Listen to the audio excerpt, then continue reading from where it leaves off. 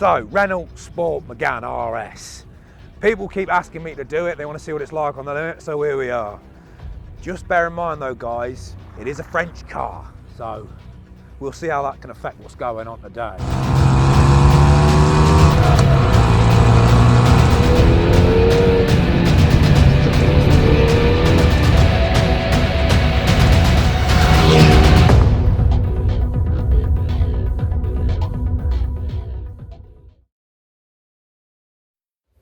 So, Renault Megane RS 265, what's it all about?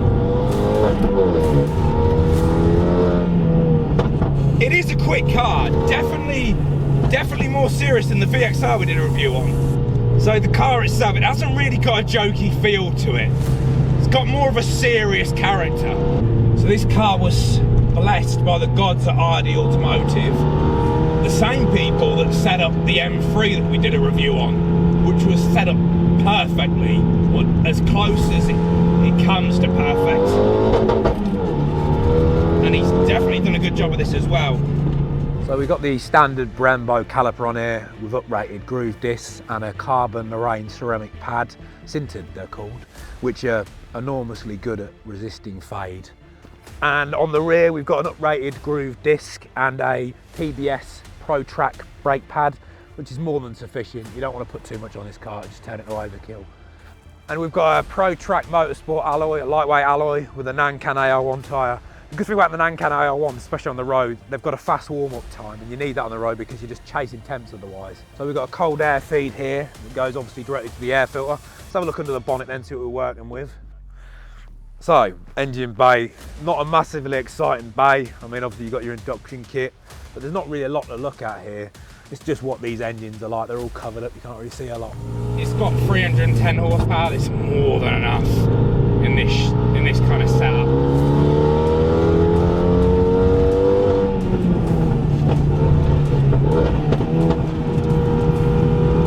I can see why people can be very quick in these now.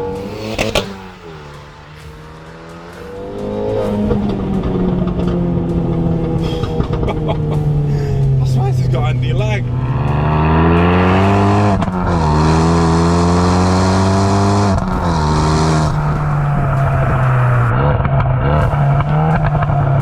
I'll tell you something right now though, you're going to be going through front brake pads and tyres quickly because they're taking a hell of a lot of abuse just due to the fact this car is so capable.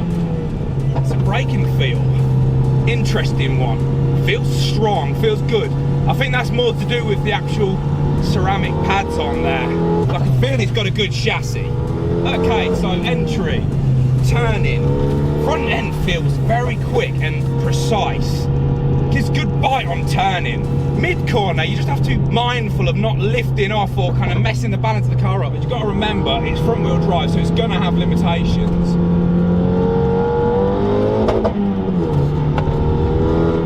The diff does a good job of putting the power down out of the corner. In fact, you can get on the power quite soon. Steering feel is, I like it. I like the steering feel. Obviously the tyres are going to help and the geometry setup, but I like the steering feel. I just started winding up. The Blistine coilover on here, and they're not super hard, the rates. They're hard enough to make the car controllable, but not too hard that it makes it just jump and about. Welcome to the interior of the Megane. So yeah, pretty awesome in here. I really like it. It's like a club sport feel. So we've got a CAE short shifter. I mean, that's brilliant, that little piece of kit. We've got some Cobra bucket seats with TRS harnesses. It's just a really nice place to be. We've got an Alcantara steering wheel as well, reconditioned Alcantara steering wheel. It's all just really nice, it's perfect. So we've got an SW Motorsports rear brace and a half roll cage as well. A proper bit of kit then, so yeah, looks tidy as well. The lad who I had the car with, when I went to get it, he gave me the key and I thought he was giving me his business card or something, but it is, I assure you it's the key. I see why people buy these and drive them to the Nürburgring, because they're actually quite comfortable cars to actually be in. And they're quite refined when you're not going crazy. It's a good job these bucket seats are in here though, because when you're really loading the car up on its limit, you really need that.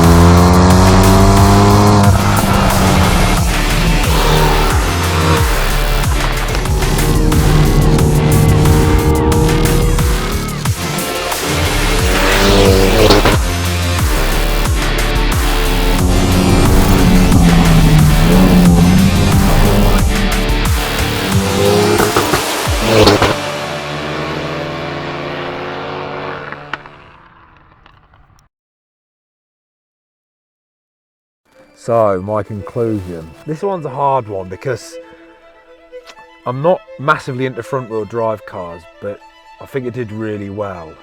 I think when you consolidate everything, talking about driving the car on the limit, I think this one's definitely a worthy combatant. This one's, yeah, feathers and tarmac approved, this one, guys. So this is something to go for if you get the chance.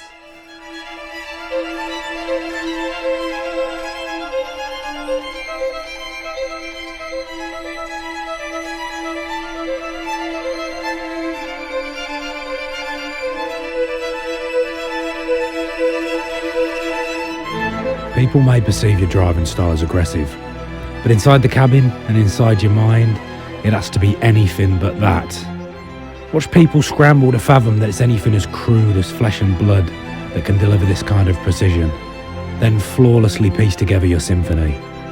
Let nothing and no one stand in the way of this moment, as the only forces that now exist are the ones that work for you, and those that try to intervene, they have been met with indescribable resistance and surrendered, as there is no other possible alternative.